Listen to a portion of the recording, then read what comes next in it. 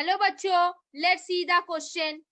Phytochrome is present in option A is saying vascular cryptogram, option B is saying prokaryote, option C is saying flowering plant, option D is saying algae. तो बच्चों चलो कुछ की concept के ऊपर बात करेंगे, थोड़े से कुछ नोट्स लिखेंगे तो क्वेश्चन ऐसे फटफट बनेंगे. बिल्कुल बिल्कुल क्या बनेंगे, फटफट बनेंगे. थ्योरी याद रहती है तो क्वेश्चन तो झटाझट बनते ही है ना. देखो बच्चों, नोट्स में हमको क्या याद रखना है. वास्क्यूलर क्रिप्टोग्राम हम किसको बोल सकते हैं? वास्क्यूलर क्रिप्टोग्राम्स हम किसको बोल सकते हैं? बेसिकली हम plant division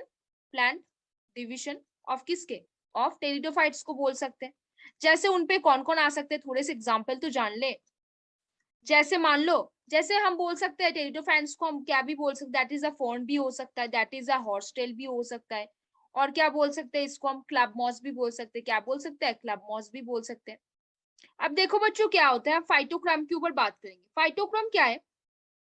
phytochrome basically found in flowering plant. कहाँ पे? Flowering plant. फ्लावरिंग प्लांट हम किसको बोलते हैं? एंजियोस्पर्म को बोलते हैं. किसको बोलते हैं?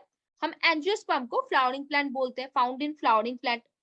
ये कैसा पिगमेंट होता है? एक ब्लू ग्रीन टाइप का क्या होता है? पिगमेंट होता है. It is a blue green pigment.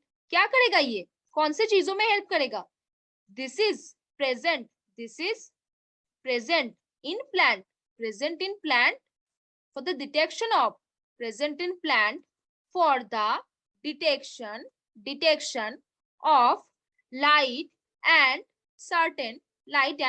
certain processes in plant body. certain processes in plant body. अब उन processes में क्या क्या आ सकता है बच्चों? देखो, एक तो आ सकता है स्टेम ग्रोथ आ सकता है. एक और क्या चीज आ सकता है? पिगमेंट सिंथेसिस आ सकता है. क्या आ सकता है? Pigment synthesis.